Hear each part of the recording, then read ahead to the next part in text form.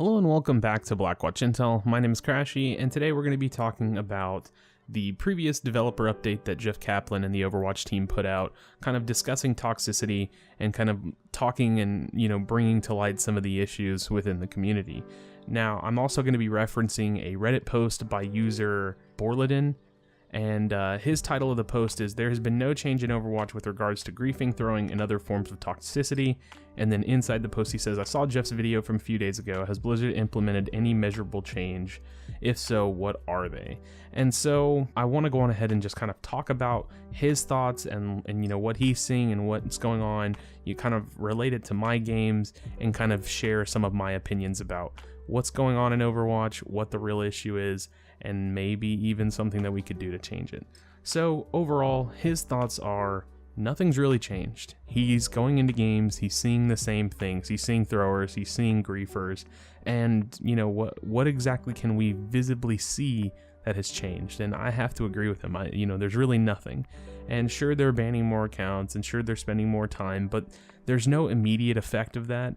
And so when you get a player like this in your game, even if you are being the good Samaritan, the good player of Overwatch and using the report system, there's really nothing for you to kind of get that time back and to make up that loss, or just to have a better experience in the moment.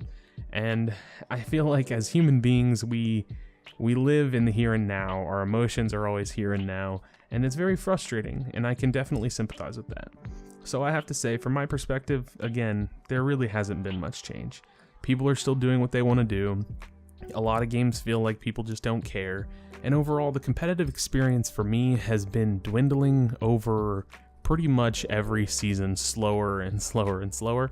And honestly, the meta never actually has anything to do with that. It has to do with the way that the game feels. Like, it just doesn't feel serious anymore.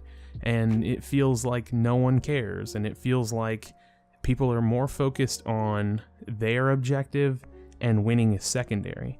And so we've talked about here on the channel this a few times, at least, in different forms, my perspective on SR being standardized so the win is more important, and kind of pulling away from performance-based SR gains and losses, etc., etc. But what could the community and what could Overwatch, the developer team, actually do? Well, like I've said a few times as well, I think the game is still defining itself, and that also defines what is and isn't acceptable within the community in terms of, how you act and how you, choose to do things in and out of the game. And so the big issue to me, and I think this isn't even necessarily always in my games, but it's definitely in a lot of games, is one-tricking. And one-tricking, while the players aren't innately being toxic and griefing or throwing, I firmly do believe that they want to win. Winning is their secondary motive for playing. I mean, sure, they want to win, yes, but they want to win as Hanzo, or they want to win as Torbjorn, or as Symmetra, or as Mercy, or as Genji, or as Widow. You see my point? And thus, when the win is not the most important thing, even though they may say it is, but if you look at their priority list just in terms of, them being countered, it isn't. If you're entirely countered and you choose to stay on your hero because that is your priority, that is what you want to win with, well, then you're not being a great teammate, and you are, I guess, griefing and maybe throwing, and it's not intentional throwing, and it may not be, griefing in the form of, being super toxic or being rude or, anything like that, but you're definitely not helping. Or at least as much as you could if you were, playing the game, I guess, the way it's supposed to be played, and actually providing value to your team by switching. So, in terms of this just kind of funk and gray area, it's a lack of definition from the community and the devs. And it's a discussion that needs to be brought up more, and it's a question that I'm not sure there's an answer to. And that is one-tricking allowed? What do we do with it? Is it something that we should be reporting, for griefing, for poor teamwork, and just, putting in the description box that they're one-tricking?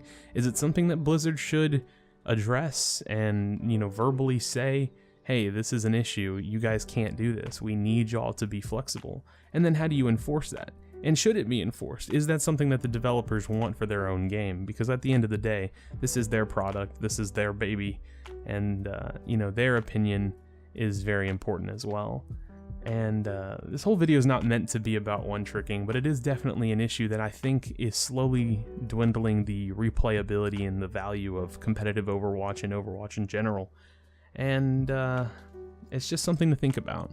So overall, in my games, I haven't felt much change. It still feels like a lot of my games feel very not serious. And even the close games that I have, those are the best experiences in the world. Like, those are just the funnest thing, when two teams just go head to head and have a really strong match against each other and just do the best they can. There's hero switching, there's, you know, on the fly thinking, and it's great. But the other half of my games, you know, someone's just playing whatever they want, they don't really care, we have 4 or 5 DPS, and this happens a lot. It's not, you know, something that is, you know, few and far between. It's pretty regular. So overall, I'd love to know your thoughts. What do you think about one-tricking? What do you think about this season? How's it going for you? Is the toxicity high? Do you feel like people are throwing? Share your thoughts in the comment section below. I appreciate you for checking out this video. Please do not leave without leaving a like and subscribe for future content, and I'll see you in the next video. Do you feel your bones start to shake? Do you feel the earthquake? Do you feel the fire inside of me? Sparks that I'm setting free. Does the beat take you over? You just